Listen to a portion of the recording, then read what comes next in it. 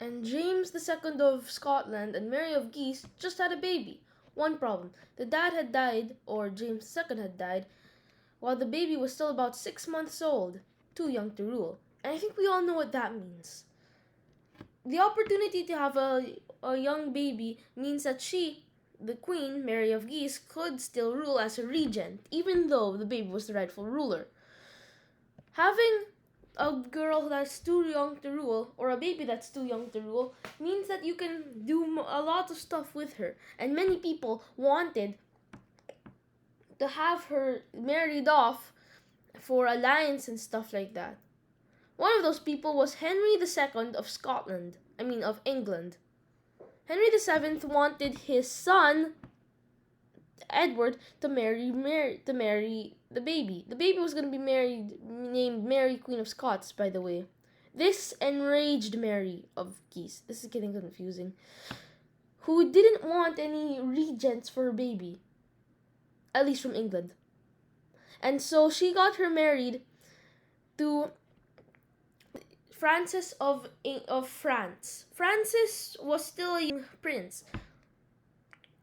So in order to have him married and to lock the marriage without anyone interfering, she had her shipped off to France, with Francis being the king-to-be, or the fan, if you speak baguette. Mary was quite young at this time, had to be shipped off from Scotland to France. And she was surrounded by her closest advisors, just not by her mom. She loved France. She was surrounded by artists and writers. She rode horses. She spoke different languages, or at least was taught different languages. She danced. But she had a little bit of problems. For example, the Queen of France at that time, Kathleen de Medici, was a kind of a bitter woman. She had moved to France at a young age and tried to marry King Richard II, who was already in an arrangement or engagement with someone else. This made her sad, but also made her think that the Scotland people were a threat to the throne. Why? I don't know. She was a bitter woman. She also saw her son, Richard, to be a weak boy. Her anger did not escalate at all when she got married to the threatening family of Scotland. Maybe when she was outranked as queen. Not mad at all. Nonetheless, the two were able to get married. Mary, the not yet Queen of Scots, and Francis of France.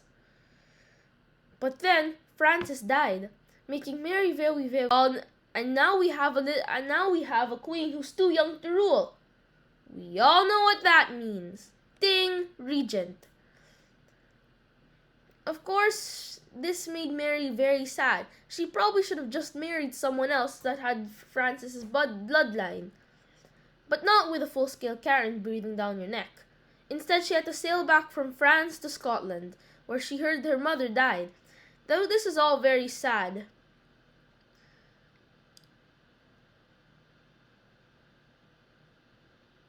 She would never see France again. In Scotland, when she arrived, there was a little storm, which probably set off some suspicion, meaning that there might be some bad stuff coming to the kingdom. Our old friend John Knox from a previous lesson thought that this meant that she would bring Catholicism back to Scotland. But to his surprise, she didn't. All she did was like being outdoors and playing golf. In matters of her faith, she just wanted her own private chapel. She went around Scotland, enjoying the country, and meeting her new neighbors, or at least subjects. A king tried to marry her. The prince's name was Don Carlos, a Spanish Catholic. And we all know what that means. Okay, so John Knox went to her house and gave her a stern talking to. But she wasn't interested in Don Carlos. She was interested in Lord Darnley, her cousin. And, he seemed like a powerful king to be a king as well. But to her surprise, he was none of that. No, he was in a relationship with another woman. That's very sad. Mary grew to hate him and instead fell for this beautiful and musician and secretary in her court named David Rico. Okay, named David Rico. And that made some people jealous. While they were having a nice meal, Lord Darnley marched into the room with an associate or a few associates, grabbed Ricardo, and then dragged him away and did violent images to him, which probably would get this not for kids. Mary ran away, and just so you know, she was pregnant at this time and soon gave birth to Richard II. But Lord Darnley was already in a relationship and had to choose between her or the baby or his relationship. Ricardo was already feeling sick though, and Mary probably didn't come with him, but also might have been there. But at one time, she wasn't in his house, and he blew up. Or at least the house blew up and it was reduced to a pile of rubble.